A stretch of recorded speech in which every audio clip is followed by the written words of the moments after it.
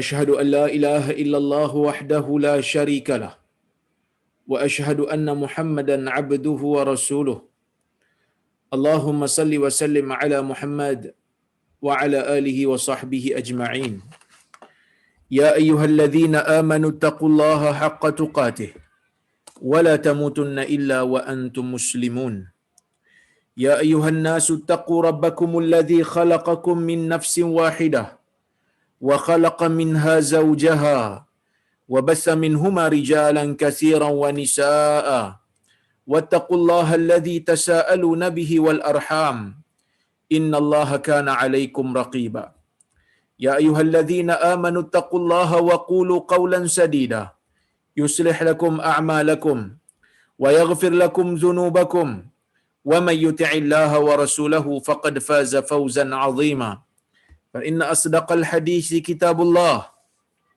وخير الهدي هدي محمد وشر الأمور محدثاتها وكل محدثة بدعة وكل بدعة ضلالة أما بعد Muslimin dan muslimat yang dirahmati oleh Allah Subhanahu wa taala sekalian, alhamdulillah pada malam ini kita dapat bersama-sama sekali lagi berhimpun secara atas talian ini untuk kita sambung perbincangan kita berkaitan dengan kitab yang ditulis oleh Al-Imam Al-Bukhari rahimahullahu taala yang bertajuk Al-Adabul Mufrad.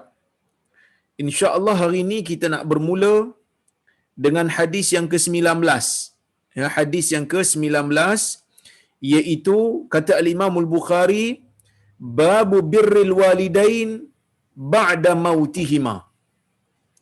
Bab melakukan kebajikan. Bab pada membicarakan kebajikan ataupun amalan baik terhadap kedua ibu bapa setelah mereka meninggal dunia. Setelah mereka tak ada lagi di atas muka dunia ni. Baik. Kata Al-Imam Al-Bukhari rahimahullah, haddatsana Abu Nuaim qala haddatsana Abdul Rahman ibni Ghasil qala akhbarani Asid ibni Ali ibni Ubaid an abihi annahu sami'a Aba Usaid يحدث القوم قال كنا عند النبي صلى الله عليه وسلم فقال رجل يا رسول الله هل بقي من بر أبوي شيء بعد موتهما أبرهما قال نعم خصال أربع الدعاء لهما والاستغفار لهما وإنفاذ أهدهما وإكرام صديقهما وصلة الرحم التي لا رحم لك إلا من قبلهما. Inilah hadis yang ke-35 dalam kitab ini, hadis yang pertama dalam bab ini yang Al-Imam Al-Bukhari masukkan. Okey. Kata Al-Imam Al-Bukhari rahimahullah, haddatsana Abu Nuaim. Abu Nuaim menceritakan kepada kami. Dia berkata, haddatsana Abdul Rahman ibnu Ghasil. Telah bercerita kepada kami Abdul Rahman ibnul Ghasil. Katanya, telah mengkhabarkan kepada saya Asid ibnu Ali ibnu Ubaid. Cuma nama Asid ni ada ulama beza sikit. Ada yang kata Usaid, ada yang kata Asid. Ya. Usaid ni Ibnu Ma'in kata inilah nama sebenar dia, Usaid. Ada yang kata Asid. Tak ada masalah lain tu. An abihi annahu sami'a Aba Usaid. Abu Usaid ni sahabat Nabi sallallahu alaihi wasallam yang saya sebut tadi ni, ulama berbeza pendapat. Abu Usaid ni adakah dia Abu Usaid ataupun Abu Asid? Ulama berbeza pendapat. Ibn Ma'in mengatakan nama dia Abu Usaid. Ada yang kata Abu Asid. Saya buku saya ni, kitab Rashul Barak syarah kepada Adab Mufrad ni, dia letakkan baris tu Usaid. Menunjukkan dia setujulah dengan pendapat Ibn Ma'in. Dia ni tuan-tuan, Abu Usaid ni, kalau kita tengok dia punya biografi, dia pernah terlibat dalam perang Badar dan juga perang Uhud. Bukan calang-calang orang lah dia ni. Dia ni memang satu orang yang perjuangannya di dalam Islam tu terbuktilah. Kerana dia pernah terlibat dalam peperangan Badar dan pernah terlibat dalam peperangan Uhud. Ini perang Badar ni siapa yang terlibat? Allah Subhanahu wa taala ampunkan mereka. Seperti mana hadis Nabi sallallahu alaihi wasallam dalam hadis riwayat Imam Bukhari yang Nabi sallallahu alaihi wasallam kata, innallaha ittala ala ahli badar faqala if'alu ma syi'tum fa inni qad ghafartu lakum atau kama qala. Yang mana Nabi SAW kata Allah melihat orang-orang Badar dan mengatakan buatlah apa yang kamu mahu kerana aku telah mengampunkan kamu semua. Baik. Abu Usaid ni, para ulama mengatakan dia ni sebelum dia meninggal dunia, mata dia buta. Dan dia meninggal dunia pada tahun 60 Hijrah. Waktu tu umur dia adalah 75 tahun. Dan para ulama kata dia ni merupakan di antara sahabat yang terlibat dalam perang Badar yang terakhir mati. Ya, baik. Dia kata apa? Dia kata kepada anak murid dia. Dia kata kepada Ali bin Ubaid. Dia kata, saya ataupun kami dulu pernah bersama dengan Nabi sallallahu alaihi wasallam. Pernah satu ketika kata dia, kami ni ada di sisi Nabi sallallahu alaihi wasallam. Maka datang seorang lelaki. Seorang lelaki datang kepada kami, waktu tu kami ada dengan Nabi sallallahu alaihi wasallam. Maka lelaki ni tanya kepada Nabi soalan. Dia kata, ya Rasulullah, wahai Rasulullah, hal baqiya min birri abawayya syai' ba'da mautihima abarruhuma? Ada tak masih berbaki? Ada tak masih kekal? Masih wujud lagi tak perbuatan berbakti kepada ibu bapaku setelah daripada kedua mereka ini meninggal dunia yang aku boleh untuk amalkan? Maksud laki ni datang kepada Nabi sallallahu alaihi wasallam nak bagi tahu dekat Nabi, nak tanya dekat Nabi sallallahu alaihi wasallam tentang amalan yang boleh dia lakukan, kebajikan yang dia still boleh lakukan kepada kedua ibu dan bapanya walaupun ibu dan bapanya ni telah pun meninggal dunia. Ini satu soalan yang ditanya kepada Nabi sallallahu alaihi wasallam. Maka Nabi sallallahu alaihi wasallam dalam riwayat ni menyebut na'am, Nabi kata boleh. Khisalun arba', Nabi kata. Ada ada 4 perkara. Khisalun arba', ada 4 perkara. Ada 4 benda yang seseorang anak boleh lakukan setelah daripada kematian ibu dan bapanya. Kalau dia nak berbakti, 4 benda ni dia kena buat. Apa dia? Yang pertama, ad-du'a ulahuma. Berdoa kepada Allah Subhanahu wa taala supaya Allah Subhanahu wa taala memberikan rahmat, memberikan kasih sayang kepada kedua ibu bapa yang telah meninggal dunia. Jadi kalaulah kata ibu bapa telah meninggal dunia, seseorang ni ibu bapa dah tak ada dah. Jadi apa kebajikan yang dia boleh buat? Antara kebajikan yang dia boleh usahakan ialah dia boleh untuk kita kata berdoa kepada Allah supaya Allah Subhanahu wa taala mengasihi kedua ibu bapanya yang telah meninggal dunia tu. Supaya Allah Subhanahu wa taala mencucuri rahmat kepada keduanya. Itu yang pertama. Yang kedua kata Nabi, wal istighfaru lahuma, dan minta kepada Allah Subhanahu wa taala, minta kepada Allah Subhanahu wa taala supaya Allah Subhanahu wa taala memberikan keampunan kepada ibu dan bapa yang telah meninggal dunia. Umpamanya dia kata, Allahumma ghfir li wa liwalidayya warhamhuma. Wahai Tuhan, ampunkan dosaku. Rabbi ghfirli wa liwalidayya. Wahai Tuhan, ampunkan dosa aku. Wahai Tuhan, ampunkan kedua dosa ibu bapaku. Warhamhuma, dan sayangi mereka berdua. Jadi kalau kita doa dengan doa ni, kita telah berdoa supaya Allah Subhanahu wa taala ampunkan dosa kita, kita juga berdoa kepada Allah Subhanahu wa taala supaya Allah Subhanahu wa taala ampunkan kedua ibu bapa kita, kita juga telah berdoa kepada Allah supaya Allah Subhanahu wa taala sayang kepada kedua ibu bapa kita seperti mana mereka sayang kita sewaktu kita kecil. Mereka jaga kita elok-elok sewaktu kita kecil. Maka tuan-tuan dan puan-puan rahmati Allah Subhanahu wa taala sekalian, secara tidak langsung kalau kita berdoa dengan doa ni, kita dah dapat dah dua benda yang Nabi sebut tadi. Sebab Nabi bezakan di antara berdoa kepada ibu bapa, berdoa kepada Allah supaya Allah Taala memberikan kurnia, memberikan kelebihan, memberikan rahmat, memberikan kasih sayang, memberikan belas kasihan kepada ibu bapa, dan juga minta kepada Allah Subhanahu wa taala untuk mengampunkan dosa-dosa ibu bapa. Nabi bezakan keduanya. Bezakan, iaitu minta Allah Taala cucuri rahmat satu perkara, minta supaya Allah Subhanahu wa taala ampunkan dosa mereka pun satu perkara yang berbeza, yang berbeza ya. Kemudian Nabi kata wa infazu ahdihima.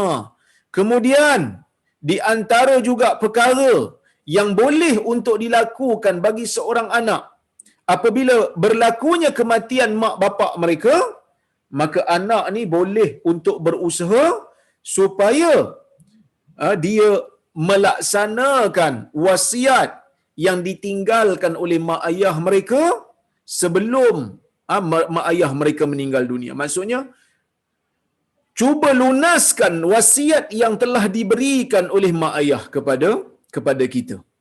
Okey? Baik. Wa ikramu sadiqihima. Nabi kata, dalam hadis ni, Nabi kata, ikram sadiqihima. Memuliakan kedua, memuliakan kita kata kawan-kawan ataupun sahabat-sahabat kedua ibu bapa kita. Jadi kalau mak ayah kita ada kawan yang baik, yang mereka selalu muliakan kawan tersebut, maka pada waktu tu kita boleh untuk memperbaiki hubungan dengan kawan mereka kerana menghormati mak ayah kita.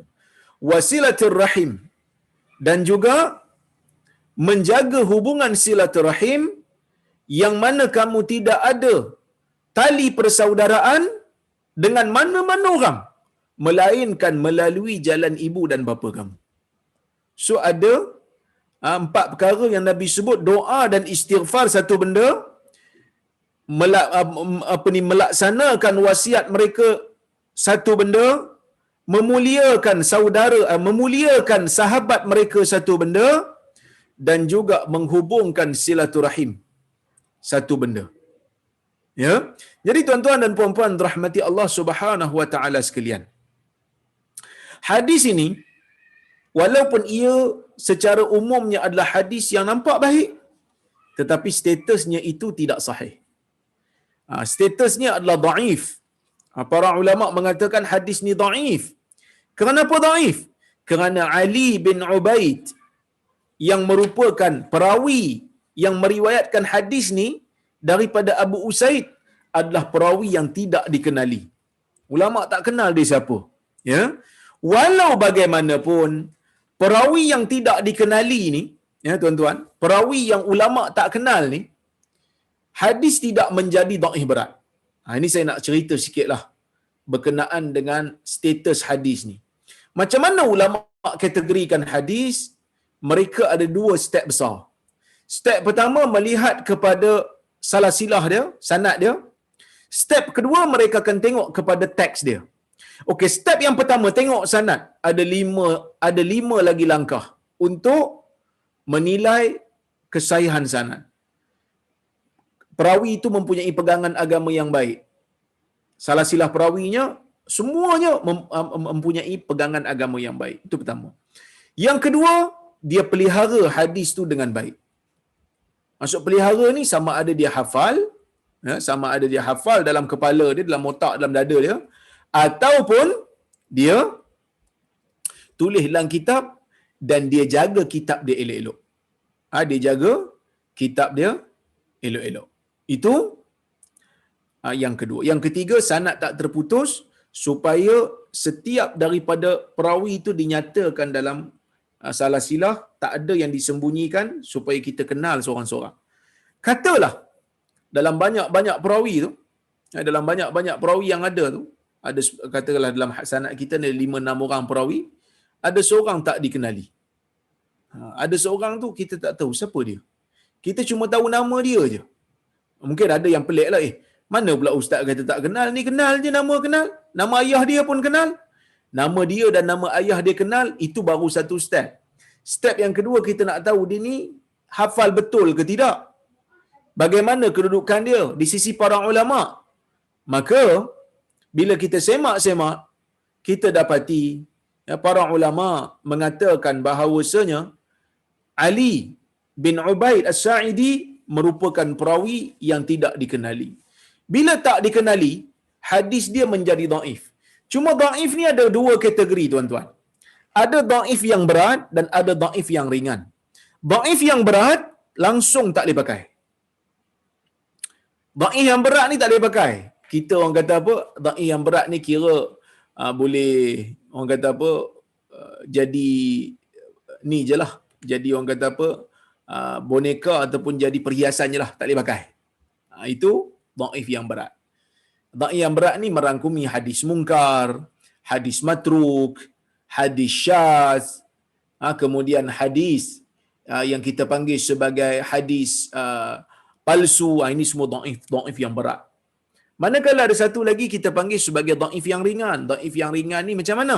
Dhaif yang ringan ni sebab sanad terputus, sebab perawi dia ingatan tak begitu kukuh, ataupun perawi dia tak dikenali kedudukan ingatan dia macam mana. Macam hadis yang kita sedang bincang ni, oleh kerana ulama hanya kenal nama dia, tetapi ulama tak tahu dia punya kategori, ulama tak tahu dia punya status, ingatan dia macam mana. Cuma dalam banyak-banyak ni, Ibn Hibban dia bawa masuk nama dia tu dalam kitab As-Siqat tanpa ada pujian yang jelas, hanya sebut nama aja. Ini kaedah. Kerana Ibn Hibban ni dia suka menilai perawi-perawi yang tak dikenali ni sebagai siqah, dan dia masuk dalam siqah dia, dalam kitab siqat dia. Jadi kalau Ibn Hibban masukkan mana-mana orang dalam kitab siqat tanpa dia memuji secara jelas, hanya sebut nama, kebiasaannya bukan semestinya, tapi kebiasaannya hadis-hadis seperti ini ataupun perawi-perawi yang seperti ini adalah perawi-perawi yang tidak dikenali. Sebab itu Ibn Hajar pun kalau tuan-tuan tengok dalam kitab Taqrib, dia sendiri menilai perawi ini sebagai makbul. Maksud makbul? Makbul ialah hadis di mana perawi ini kalau dia seorang-seorang aja bawa riwayat ni, tak ada sokongan lain, maka riwayatnya itu dianggap sebagai dhaif. Macam mana nak terima riwayat dia? Kita kena tengok, ada tak orang lain yang berkongsi riwayat yang sama macam dia. Kalau tak ada, maka riwayatnya tertolak. Kalau ada, maka barulah riwayatnya itu diterima. Ini syarat Ibn Hajar ketika mana memberikan komentar, memberikan penilaian kepada perawi yang bernama Ali ibn Ubaid As-Sa'idi. Walaupun hadis ini dhaif, saya katakan tadi, dhaifnya itu adalah dhaif yang ringan. Dhaifnya itu adalah dhaif yang ringan. Dhaif yang ringan ialah dhaif yang kita kata boleh diterima pakai. Dhaif yang ringan ni dhaif yang boleh diterima pakai dengan syarat-syarat yang tertentu. Apa syaratnya? Syaratnya ialah yang pertama, mesti diguna pakai dalam bab yang bukan hukum hakam dan akidah. Bukan hukum hakam, bukan akidah. Itu yang pertama. Yang kedua, syarat dia tak bawa benda baru dalam agama, sebaliknya dia hanya bawa benda-benda yang telah datang dalam riwayat yang sahih ataupun dalam dalil yang sahih. Jadi tuan-tuan dan puan-puan rahmati Allah Subhanahu wa taala sekalian, kalau kita tengok dekat sini kalau kita tengok dekat sini dalam riwayat ni dia tak bawa hukum baru pun. Dia tak bawa pun hukum baru. Sebaliknya, dia hanya bawa benda-benda yang telah diketahui dalam hadis-hadis yang sahih. Bila kita tengok satu-satu, kita tengok yang pertama Nabi SAW suruh berdoa. Doa ni doa kebaikan untuk mak ayah yang telah meninggal. Ia telah datang dalam riwayat yang sahih. Ya. Dia datang dalam riwayat yang sahih yang mana Nabi SAW memang suruh kita berdoa kepada mayat. Berdoa untuk kepentingan mayat, berdoa kepada Allah tapi minta supaya Allah mengasihi mayat. Kan? Begitu juga minta ampun kepada Allah untuk mayat tersebut. Ya Allah ampunkan mayat ni. Itu juga yang dilakukan oleh Nabi sallallahu alaihi wasallam ketika mana Nabi sallallahu alaihi wasallam pergi ke kubur. Nabi ajar kita tentang doa. Nas'alullaha lana wa lakumul afiyah. Kami mendoakan kepada Allah supaya Allah memberikan kami dan kamu keselamatan. Itu kita minta supaya Allah Ta'ala ampunkan si mati. Ya? Begitu juga bila kata laksanakan wasiat mereka. Ini juga merupakan perkara yang dituntut dalam agama. Memuliakan kawan-kawan mereka, memuliakan sahabat-sahabat mereka. Ini juga benda yang dituntut dalam agama yang datang dalam riwayat-riwayat yang sahih yang lain. Ya? Maka tuan-tuan dan puan-puan rahmati Allah Subhanahu wa taala sekalian, apa yang disebutkan di dalam riwayat ini tidak membawa hukum yang baru. Sebaliknya, ia hanya bercerita tentang targhib wa tarhib. Apa itu targhib wa tarhib? Targhib ialah satu galakan untuk melakukan perkara yang baik. Tarhib ia adalah satu perkara ya yang kita panggil dalil yang mengancam, dalil yang memberi amaran kepada orang-orang yang melakukan dosa yang telah datang dalam riwayat-riwayat yang sahih. Jadi hadis ni ada masalah ke untuk kita terima, untuk kita amalkan? Tak ada masalah. Walaupun dia daif dia tu daif ringan dan ia tidak membawa hukum yang baru, dia hanya membawa perkara yang telah datang dalam riwayat yang sahih. Jadi kita ni kena berusaha, terutamanya bagi mereka-mereka yang mak ayah mereka telah meninggal dunia, usahalah untuk berdoa kepada keduanya. Usaha untuk berdoa untuk Allah Subhanahu wa taala. Doa ni kepada Allah, bukan doa kepada mayat lah. Mayat dah meninggal dunia, tak boleh buat apa dah. Ya, amalan mereka pun telah terputus. Yang kita nak ni ialah peluang supaya kita boleh berdoa kepada Allah supaya Allah Subhanahu wa taala ambil tindakan yang baik kepada kedua-dua ibu bapa kita yang telah meninggal dunia. Okey? Baik, sebab itu kata pengarang kitab Rasul Barat ni, dia kata apa? Dia kata fihil has ya ala du'a birrahmah wal maghfirah alil walidain. Dalam hadis ini terdapat gesaan, terdapat galakan supaya anak dapat berdoa kepada Allah supaya Allah memberikan rahmat, memberikan kasih sayang, memberikan belas kasihan dan memberikan keampunan kepada kedua ibu bapa yang telah meninggal dunia. Itu yang pertama. Yang kedua, al-hassu ala ifa'il ahdi alladhi kana baina walidayhi wa syakhsin aqar wa tawaffiyan qabla injazih wa tawaffaya qabla injazih. Yang bermaksud dalam hadis ni juga terdapat gesaan supaya si anak dapat melunaskan janji, dapat melunaskan wasiat yang dilakukan oleh kedua ibu bapanya ataupun salah seorang daripadanya yang mana mereka tak sempat untuk tunaikan ataupun tak sempat untuk lunaskan sebelum daripada mereka meninggal dunia. Kalau wasiat lagilah, wasiat memang tidak dapat ditunaikan melainkan setelah kita meninggal dunia. Maka kalau mak ayah dia berwasiat, maka dalam keadaan tersebut dia laksanakanlah wasiat berkenaan. Ya, baik. Kemudian yang ketiga, min tamamil bir wassilah al-ikram wal infaq ala asdiqa'il walidain wa ashabihima. Di antara, dia kata, di antara kesempurnaan melakukan kebaikan dan menghubungkan hubungan silaturahim ialah al-ikram, ialah dengan memberikan kemuliaan, menghormati, memuliakan, wal infaq, dan memberikan belanja, memberikan orang kata apa? Hadiah. Kalau kawan ayah kita ni tak cukup belanja, kita bantu. Kalau dia miskin, kita berikan dia belanja supaya dia boleh berbelanja. Wa ashabihima, maksudnya kita cuba untuk melakukan kebaikan kepada kawan-kawan ayah kita, kawan-kawan mak kita yang masih hidup, yang mana waktu mak ayah kita hidup, mak ayah kita ni dah berkawan dengan mereka, maka kita pada ketika itu buatlah kebaikan kepada kawan-kawan mak ayah kita walaupun mereka telah meninggal dunia, tapi kawan-kawan masih ada. Okey? Baik. Tuan-tuan dan puan-puan rahmati Allah Subhanahu wa taala sekalian. Hadis ni juga secara tidak langsung memberikan kita satu pengajaran yang tidak begitu, orang kata apa, tidak begitu tersurat tetapi tersirat. Maksudnya kalau kita tengok perhati betul-betul, hadis ini seolah-olah nak bagi tahu kat kita bahawasanya yang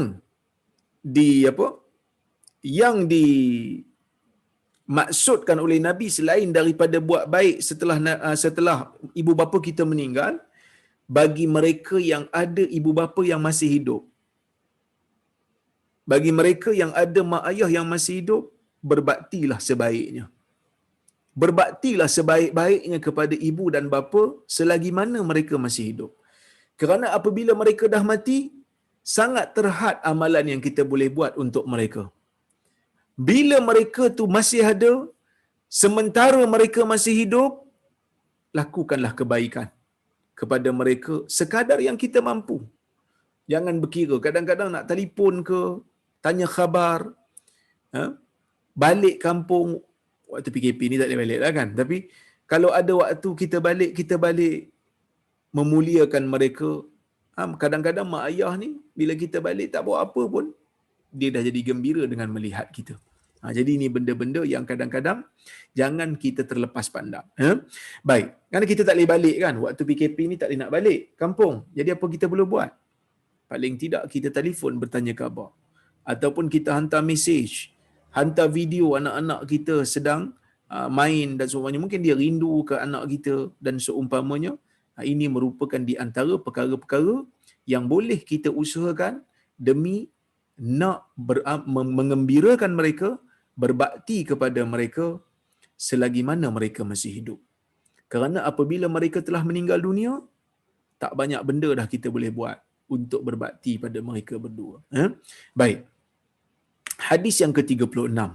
Kata Al-Imam Al-Bukhari, Haddatsana Ahmad ibn Yunus, qala haddatsana Abu Bakar an Asim an Abi Salih an Abi Hurairah qala turfa'u lil mayyit ba'da mautihi darajatuh fayaqul ay rab ayyu shay'in hadhihi fayuqal waladuka astaghfara lak.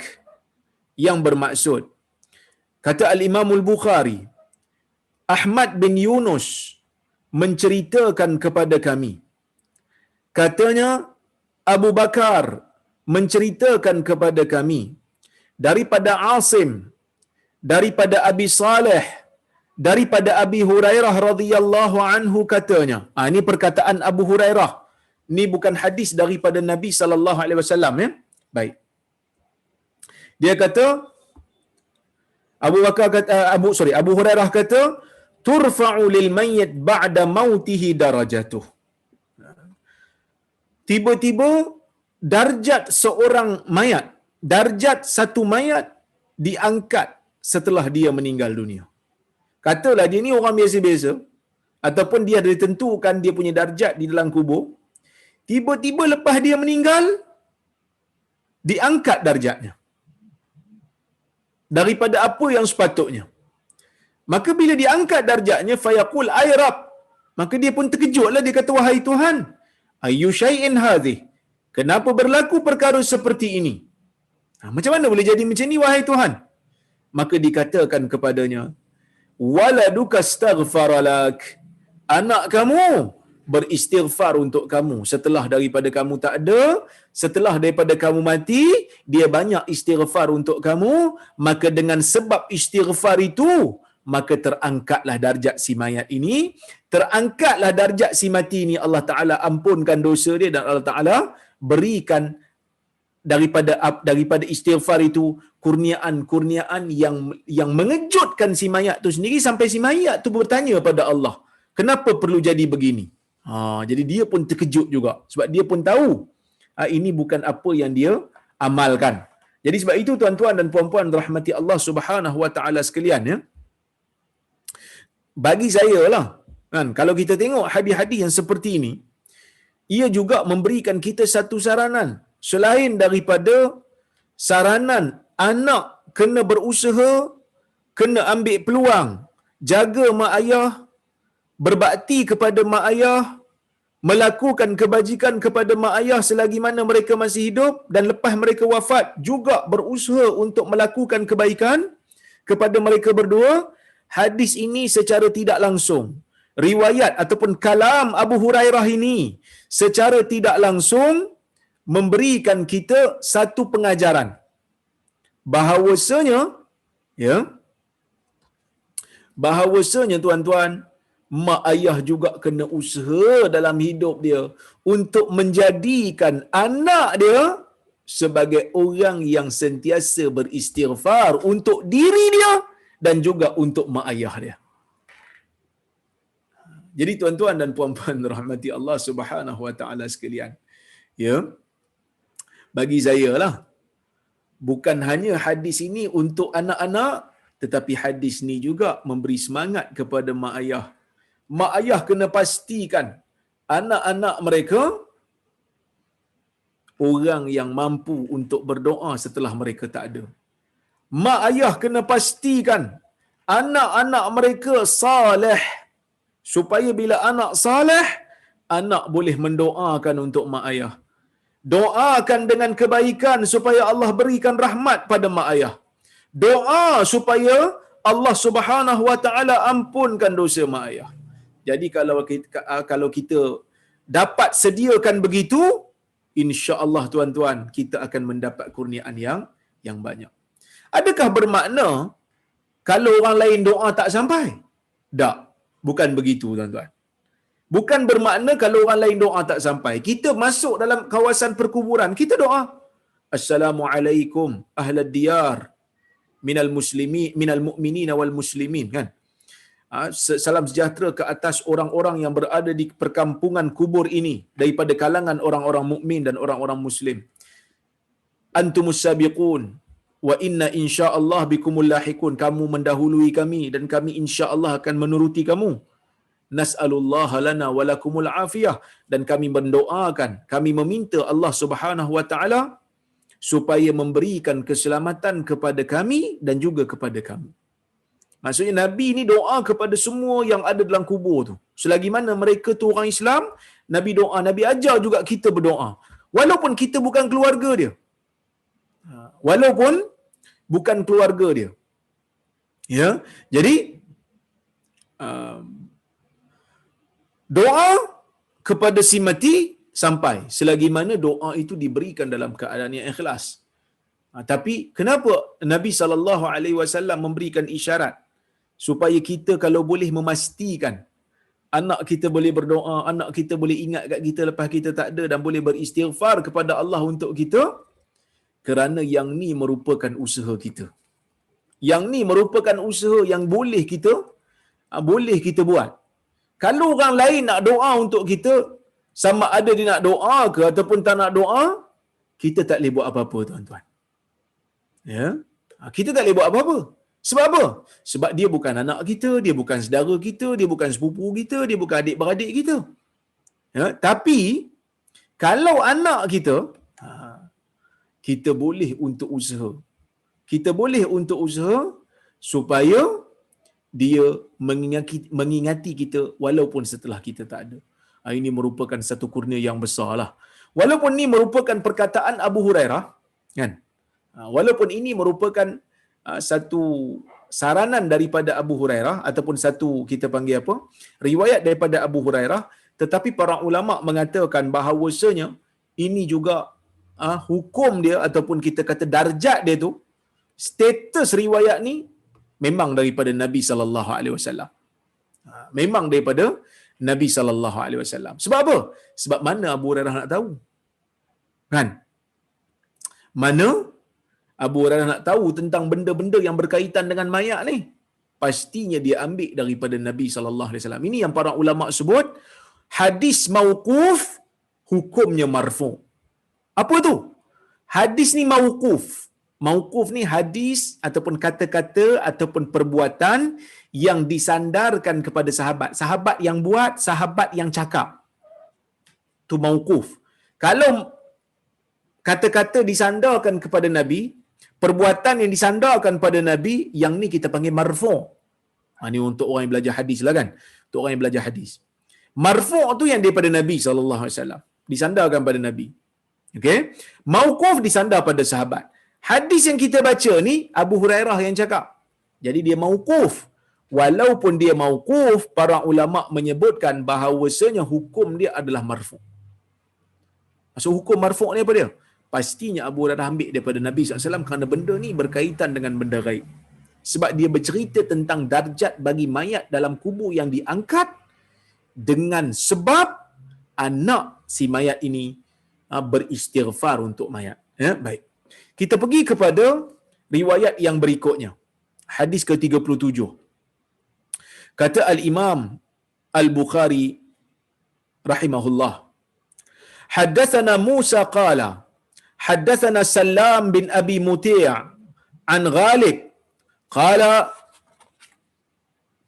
qala Muhammad ibn Sirin kunna 'inda Abi Hurairah lailah faqala Allahumma ighfir li Abi Hurairah wa li ummi wa liman istaghfara lahumā. Qala li Muhammad fanahnu nastaghfiru lahumā hatta nadkhula fi da'wati Abi Hurairah. Atau kama qala. Ya. Hadis ni merupakan hadis yang ataupun riwayat yang sahih daripada Abi Hurairah. Kata Al-Imam Al-Bukhari, telah bercerita kepada kami hadis ini Musa. Katanya, Salam bin Abi Muti' telah menceritakan kepada kami hadis ini daripada Ghalib. Yang mana Ghalib kata? Muhammad ibn Sirin. Muhammad ibn Sirin ni tabi'i. Siapa tabi'i tuan-tuan? Tabi'i ialah orang yang tak pernah jumpa Nabi SAW ataupun jumpa Nabi dalam keadaan masih belum beriman, kemudian masuk Islam selepas daripada tu dan tak jumpa dah Nabi SAW. Tak jumpa dah Nabi, waktu beriman tu dah tak jumpa Nabi.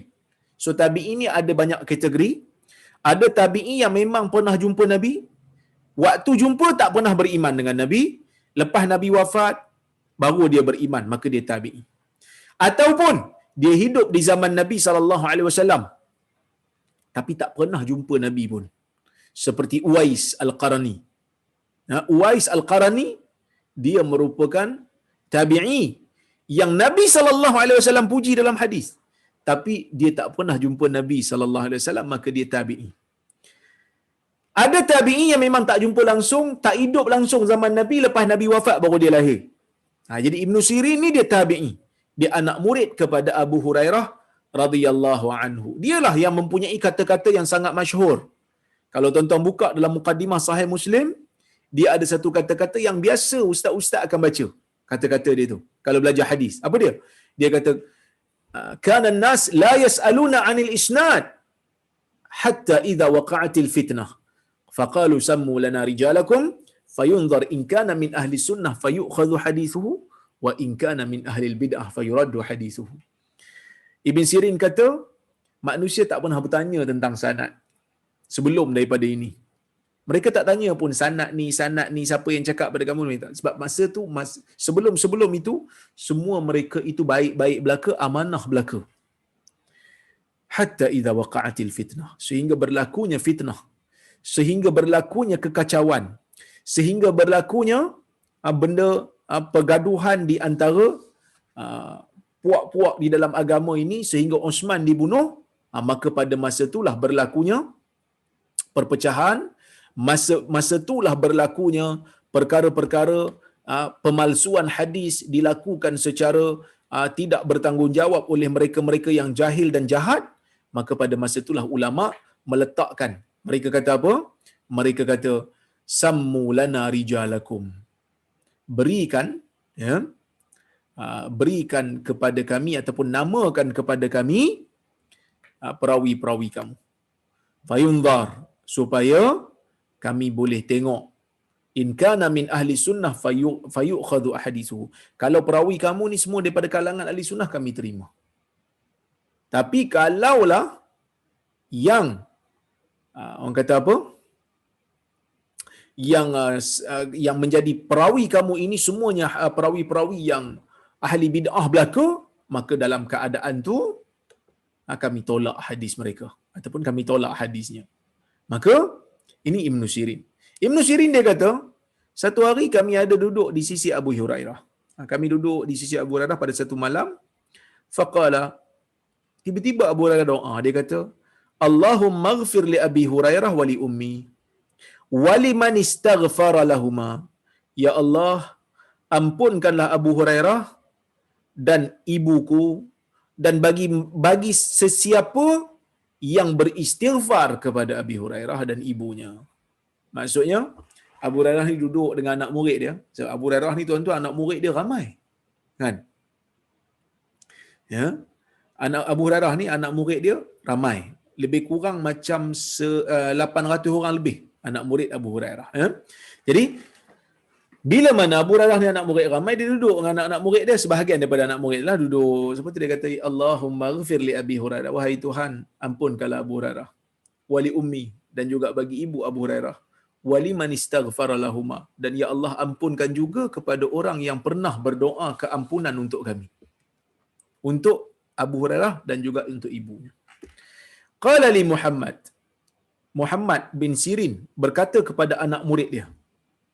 Ibn Sirin ni dia dengar daripada Abu Hurairah hadis ni, ataupun dia dengar kalam ni diucapkan oleh Abu Hurairah, maka disebutlah pada anak murid dia waktu dia baca hadis ni, dia disebut pada anak murid dia itu Ghalib, dia kata, fa nahnu nastaghfiru lahuma, kami bila dengar aja doa Abu Hurairah ni, kami terus minta supaya Allah, kami doa kepada Allah supaya Allah Subhanahu wa taala, ya, mengampunkan Abu Hurairah dan mengampunkan ibu kepada Abu Hurairah. Sebab apa?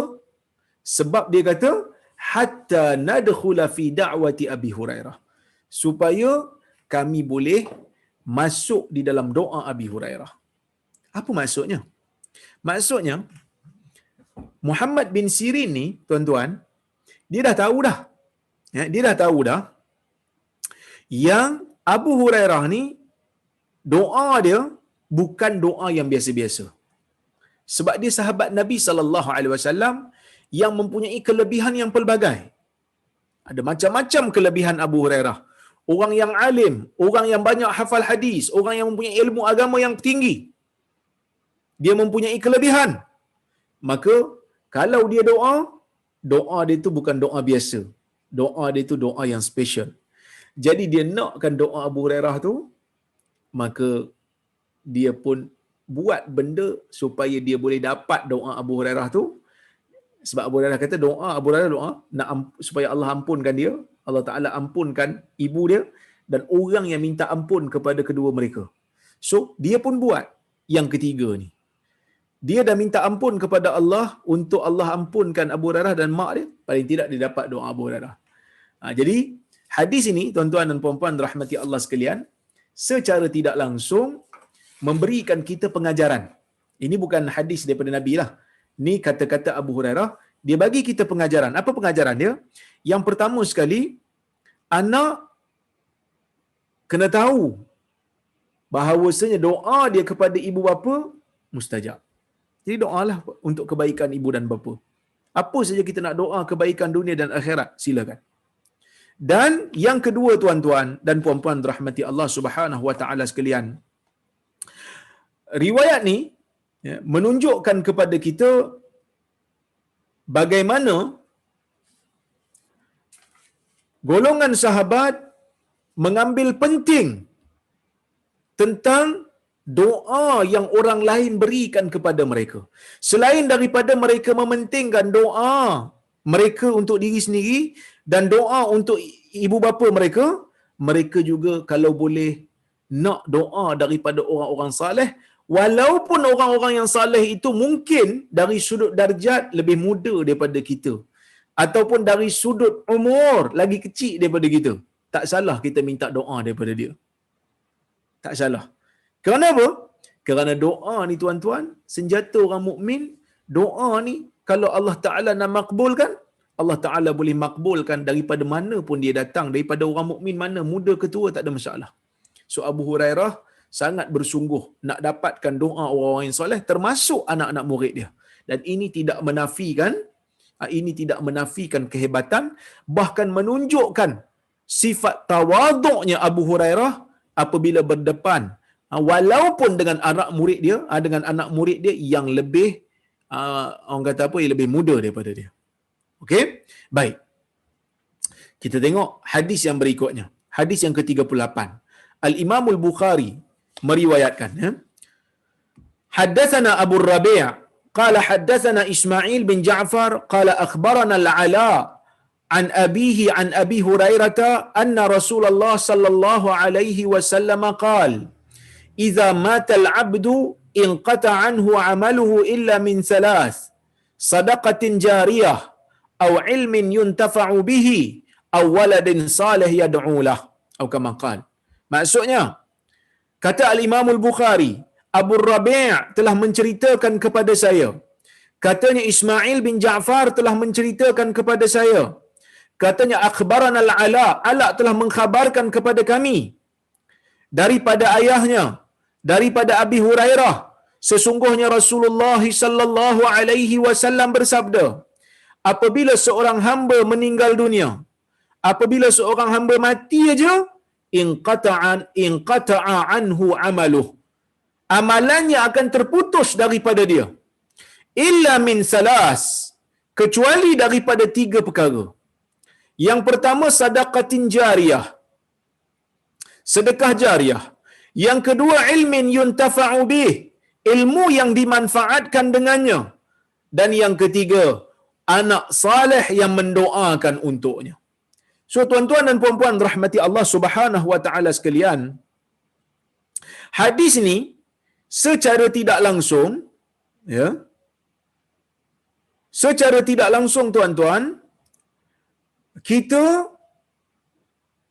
memahaminya bahawa hidup ni yang boleh buat amalan bersungguh-sungguh dengan tidak ada limit.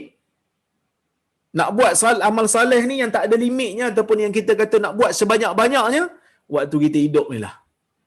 Waktu kita hidup. Yang mana bila dah mati, amalan tu dah jadi terputus, melainkan daripada sumber yang sangat terhad. Amalan diri kita lah akan terputus, melainkan daripada tiga ni je lah, 3 segi ni. 3 perkara ni, ataupun 3 skop ni. Yang pertama, sadaqatin jariyah.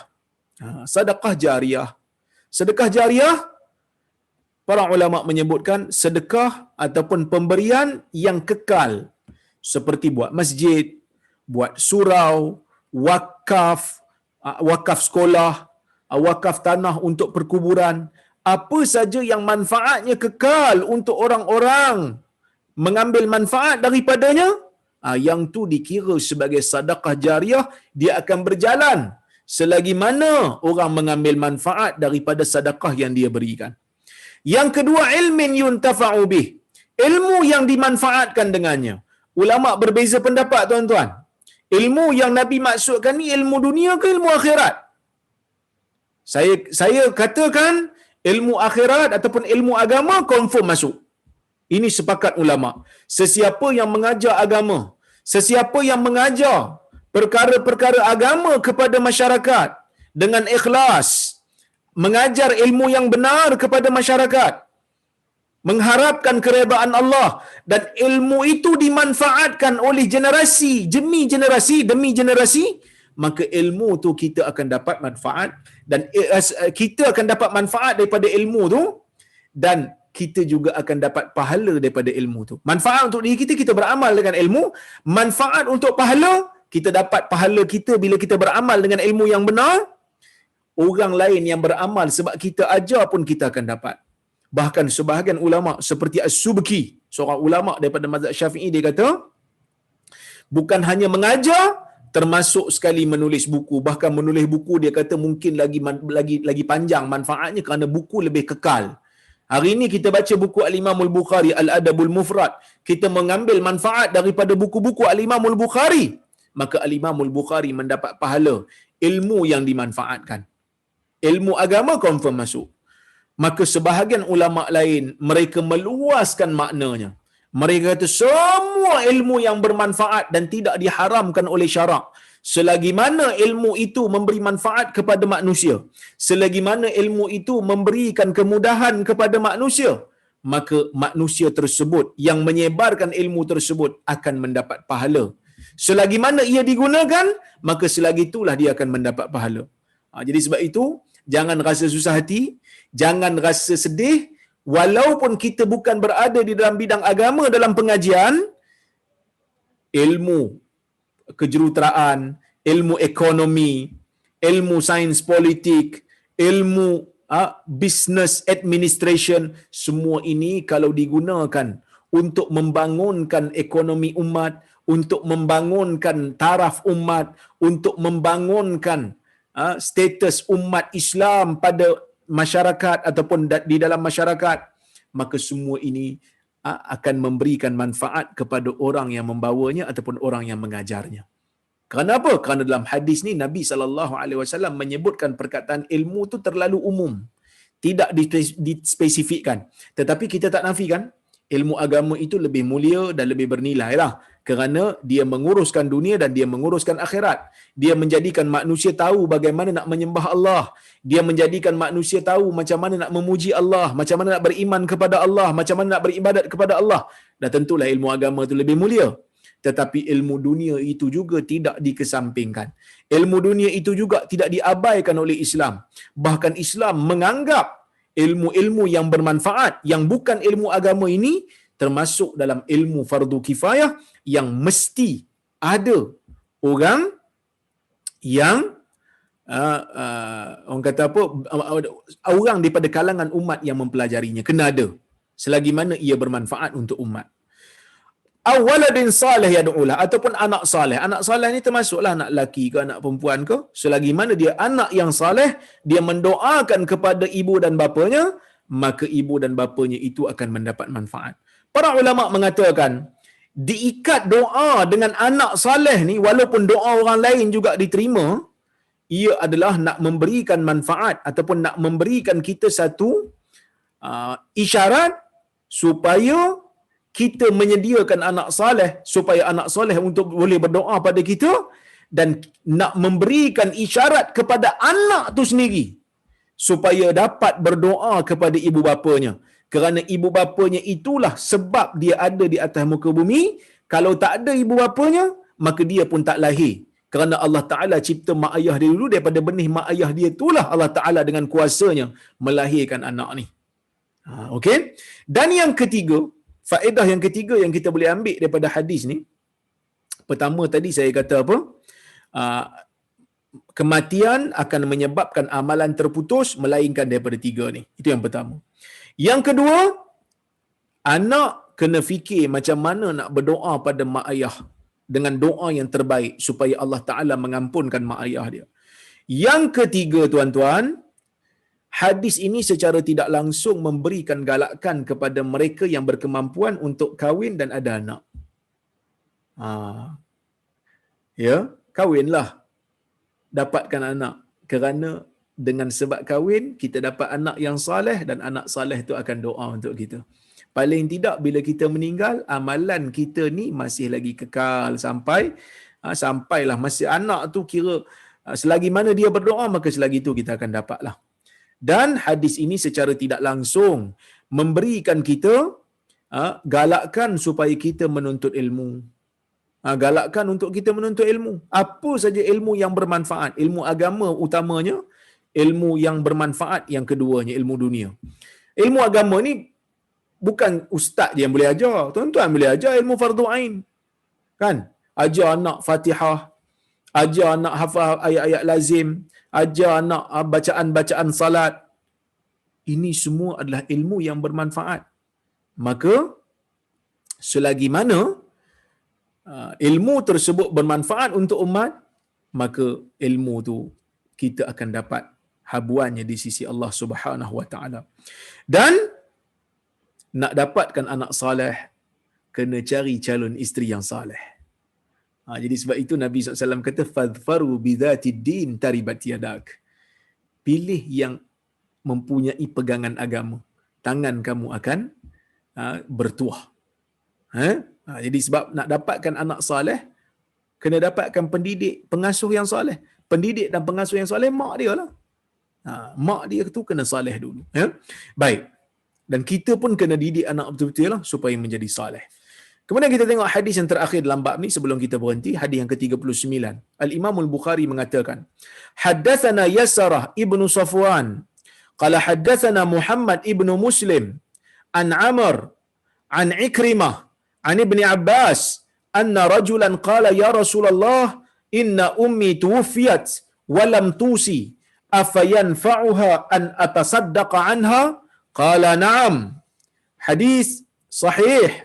Riwayat Al-Imam Al-Bukhari dalam Adab Mufrad, dalam bab dalam Sahih Bukhari pun Imam Bukhari riwayatkan. Maksudnya, kata Al-Imam Al-Bukhari, Yasarah bin Safwan menceritakan kepada kami. Katanya Muhammad bin Muslim menceritakan kepada kami daripada Amr, daripada Ikrimah, daripada Ibn Abbas, sesungguhnya seorang lelaki bertanya Nabi SAW, berkata kepada Nabi SAW, Ya Rasulullah, inna ummi tuwfiyat walam tusi. Dia kata, ya Rasulullah, sesungguhnya ibu aku meninggal dunia dan dia tidak melakukan apa-apa wasiat. Dia meninggal dalam keadaan dia tak buat wasiat pun. Okey? Afayanfa'uha an atasaddaqa anha? Adakah kalau aku bersedekah dan aku bersedekah kepada orang dan aku hadiahkan pahala sedekah itu untuk orang yang telah meninggal ni, itu ibu-ibu aku, adakah dia akan mendapat manfaat? Aku beri, aku keluarkan harta, aku sedekah, lepas tu aku kata pada Allah, ya Allah, hadiahkanlah pahala aku ini kepada ibu aku yang telah meninggal ni. Dia dapat manfaat tak? Nabi kata na'am, Nabi kata ya. Jadi tuan-tuan dan puan-puan rahmati Allah sekalian, hadis ini sahih, menjadi bukti di sisi para ulama yang mengatakan bahawasanya sedekah bagi pihak si mati, doa bagi pihak si mati, memberikan manfaat kepada si mati. Memberikan manfaat kepada si mati. Dan begitulah luasnya rahmat Allah, tuan-tuan. Walaupun diberikan kita nyawa untuk beramal, tetapi di sana ada ruang lain yang Allah Ta'ala sediakan kepada orang yang telah habis umurnya digunakan, sehingga dia pergi ke alam barzakh, masih ada lagi ruang untuk dia menambah amalan atau menambah pahala, ataupun ada lagi ruang untuk dia mendapat kelebihan-kelebihan jika ada orang bersedekahkan pahala untuk dia. Wallahu ta'ala a'lamu bissawab. Jadi tuan-tuan, saya rasa cukuplah sekadar itu untuk malam ini. InsyaAllah jika ada kesempatan yang lain kita bertemu lagi. Saya tengok kalau ada soalan ataupun komentar. Baik.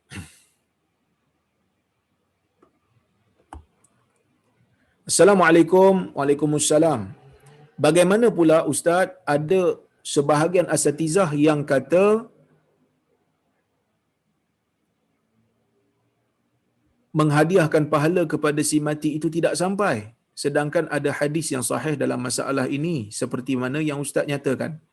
Baik tuan-tuan, yang ulama beza pendapat tu ialah pahala bacaan Al-Quran, pahala sedekah, pahala doa ataupun kelebihan doa yang kita doa untuk si mati, sedekah untuk si mati, yang ni sampai. Hadisnya sahih. Yang ulama beza pendapat ni ialah bacaan Quran. Bacaan Quran, pahala bacaan tu kita nak bagi kepada si mati. Yang tu khilaf. Masyhur dalam mazhab Syafi'i dia kata tak sampai. Kalau sedekah sampai. Kalau doa sampai, bacaan Quran dia kata tak sampai. Sebab apa? Sebab dia kata wa alaysa lil insani illa ma sa'a. Allah Taala berfirman tidak ada habuan bagi seseorang itu melainkan apa yang dia usahakan. Habis itu yang sampai sedekah dengan doa ni, yang ni dikecualikan daripada ayat umum tadi. Bacaan Quran tak dikecualikan, maka kekal sebagai asal. Tapi mazhab Hambali mereka kiaskan. Mereka kata bacaan Quran pun lebih kurang macam sedekah juga. Bacaan Quran ni lebih kurang macam doa juga ada pahala. Jadi boleh untuk disedekahkan. Jadi saya cenderung pada pendapat yang kedua ni lah, tapi dengan syarat lah. Dia baca tu dengan ikhlas supaya dia mendapat pahala, dan pahala tu boleh disedekahkan. Pahala tu boleh dihadiahkan kepada si mati. Wallahu a'lam.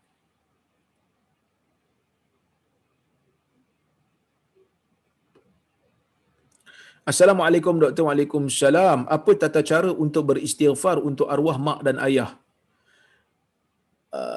Rabbi ghfirli wali walidayya warhamhuma.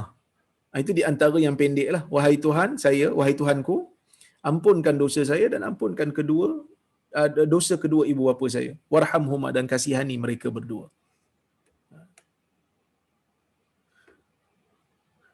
Ustaz, apa beza istighfar dengan taubat? Okey, istighfar ni tuan-tuan, biasanya kalau kita sebutkan, biasanya dia maksud taubat lah. Tapi dia ada makna yang khusus. Yang mana taubat ni kebiasaan untuk diri sendiri. Saya bertaubat lah. Yang mana bila saya kata saya taubat, maksudnya saya menyesal dengan apa yang saya buat, dosa yang saya buat, saya tinggalkan benda tu dan azam tak mau buat lagi, itu taubat.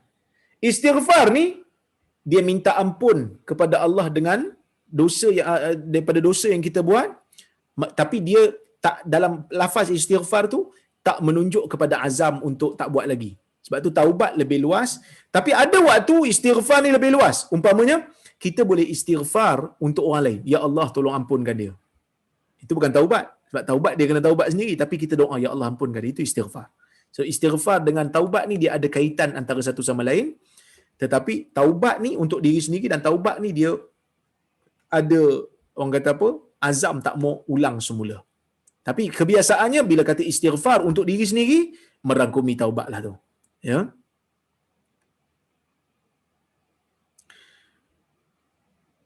Salam Doktor. Waalaikumsalam. Adakah doa anak-anak soleh untuk arwah ibu bapa saja akan diterima? Apakah definisi anak soleh ni? Anak soleh ni anak yang taat kepada arahan Allah, yang kehidupan mereka berada majoritinya di atas ketaatan kepada Allah. Adakah bermakna anak yang tak soleh doanya tak diterima? Tak begitu. Tetapi Nabi SAW nak memberikan isyarat kerana doa orang soleh ini kebiasaannya Allah Ta'ala terima.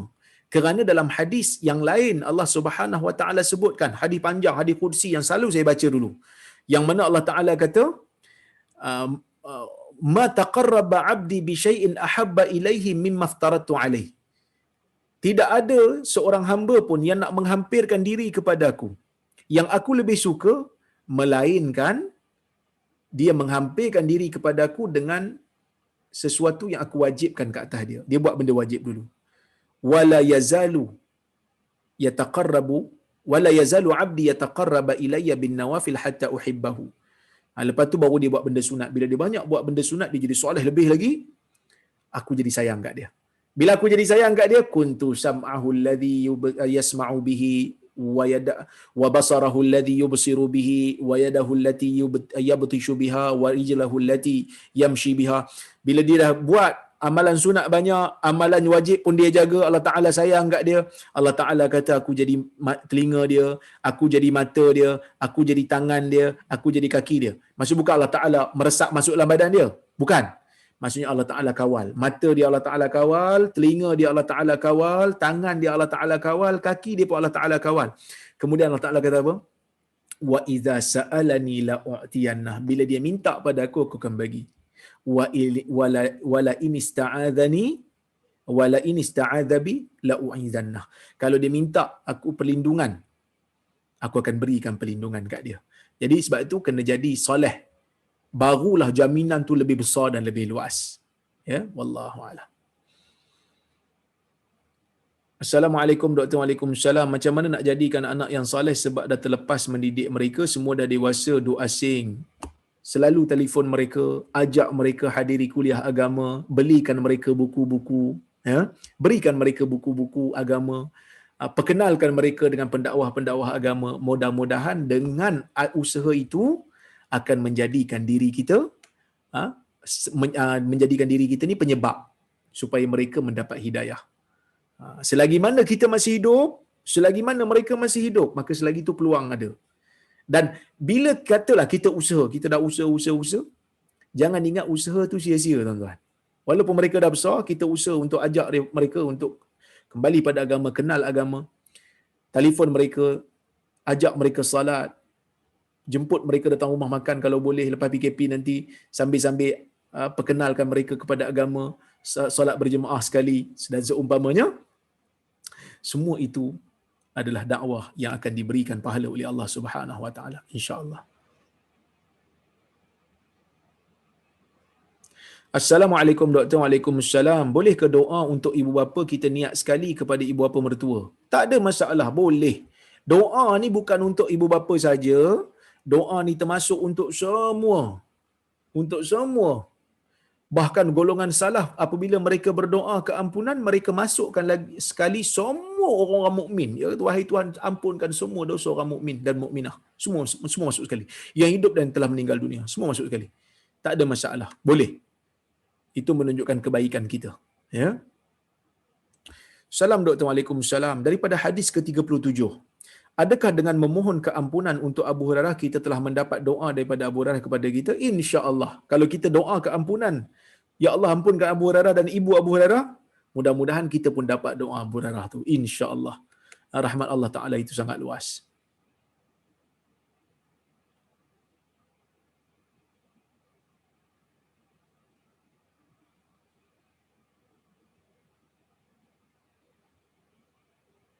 Semoga Ustaz termasuk dalam golongan yang masuk syurga tanpa dihisap atas ilmu manfaat yang diajar dan dikongsi, insya-Allah, dan tuan-tuan semua juga. Yang menganjurkan majlis ini pun dapatlah saham, insya-Allah.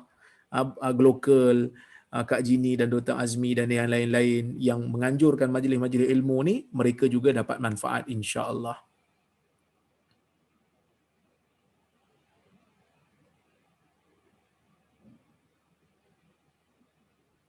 Kesimpulan yang saya faham ialah kita perlu lahirkan generasi pewaris yang saleh dan baik.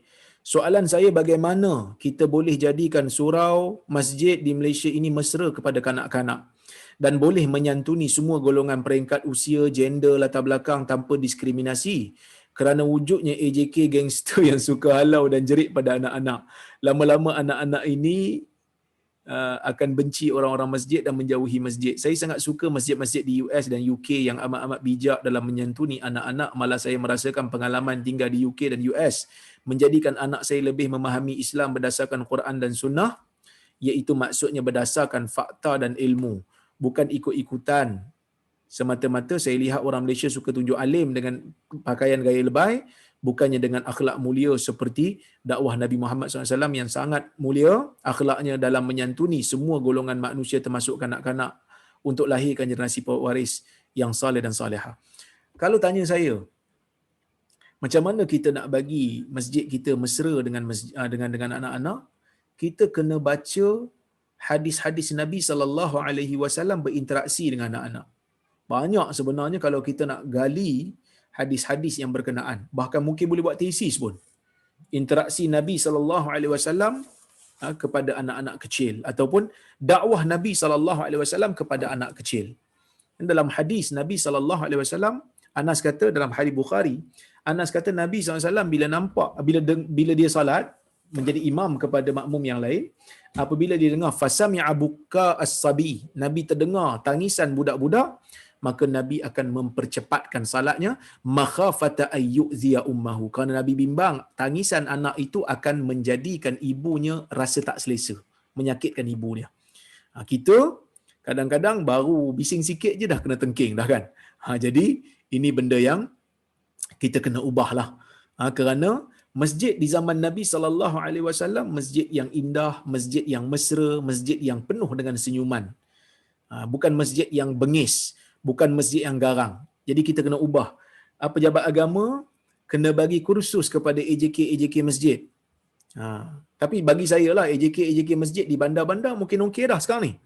Tapi yang kadang-kadang yang jadi something ni pun yang bukan AJK, yang jemaah yang yang serius kan. Jadi ini pun kena diberi kursus jugalah. Kena beri kursus, hantar untuk pergi kursus, tengok macam mana pengurusan Nabi sallallahu alaihi wasallam dan para sahabat terhadap masjid. Bagaimana seronoknya mereka berada dalam masjid Nabi. Bagaimana Ibnu Umar, Abu Sa'id Al-Khudri yang muda-muda ni boleh duduk sekali dalam majlis hadis Nabi SAW dan bersenyum sentiasa dengan Nabi SAW. Kan? Tak ada orang kata apa diskriminasi pun. Ini benda-benda yang kita kena kaji dan gali. Tapi tak apalah, bila kita cakap benda ni memang ada yang tak setuju. Memang ada yang kata, alah nanti dia orang bising ustaz. Yalah, sebab kita dah letakkan dia orang soft di belakang sama-sama dia orang main bisinglah dia orang. Kalau letak di tepi ayah mereka, katalah ayah boleh duduk sebelah anak dia, dia tak main lah sebab dah dia asing-asing kan. Supaya dia pun boleh lagi belajar. Tapi janganlah letak belakang imam pula, kalau imam terkentut susah dia nak ganti kan. Baik.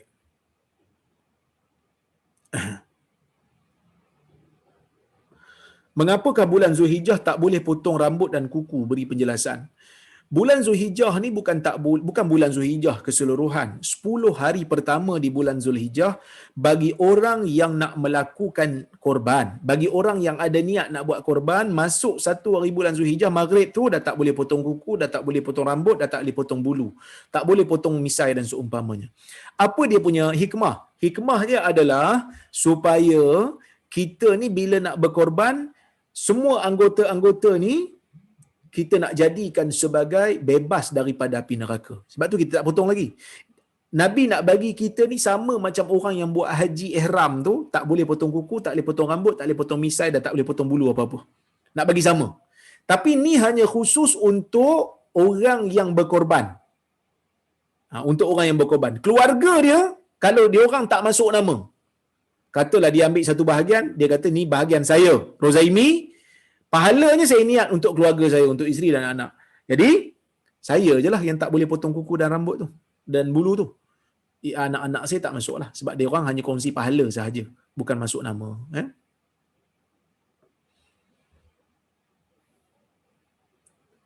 Assalamualaikum warahmatullahi wabarakatuh. Waalaikumsalam warahmatullahi wabarakatuh. Jika kita membaca Al-Quran dengan niat untuk dihadiahkan kepada si mati, adakah niat ni dibolehkan Ustaz? Boleh. Kalau ikut mazhab Hambali, boleh. Kita baca, lepas tu kita kata, Ya Allah, pahala bacaan aku ini jika ada, maka hadiahkanlah pada fulan dan fulan. 2 orang pun boleh, tak ada masalah. Adakah ganjaran pahala korban ini sama dengan orang-orang yang mengerjakan haji? Tidaklah. Haji lagi besar sebab haji ini dia wajib secara ijma'. Manakala korban ini dia sunat muakkad. Wajib lagi tinggilah daripada sunat muakkad. Baik.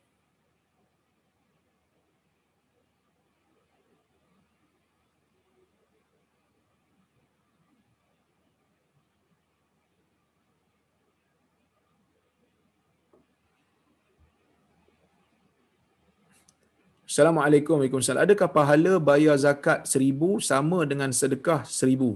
Zakat wajib, sedekah sunat. Yang wajib lebih disukai di sisi Allah berbanding yang sunat. Pahalanya lebih tinggi. Sebab tu dia jadi wajib. Ya. Baik. Salam Ustaz. Waalaikumsalam. Dalam hadis tidak disebut doa isteri salihah. Bagaimana isteri boleh berbakti kepada arwah suami? Adakah sampai pahala kepada arwah suami? Doa, istighfar tetap masuk. Tetap masuk.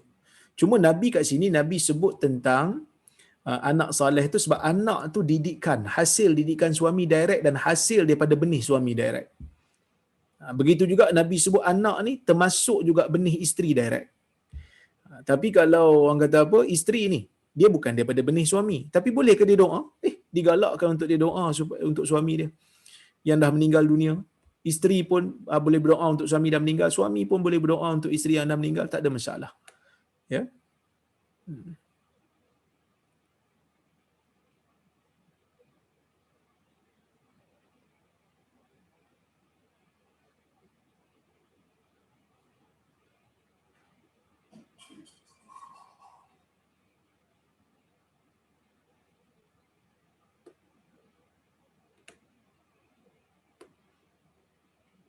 Assalamualaikum. Waalaikumsalam. Betulkah masa zaman Rasulullah tidak ada separation antara perempuan dan lelaki dalam masjid masa solat?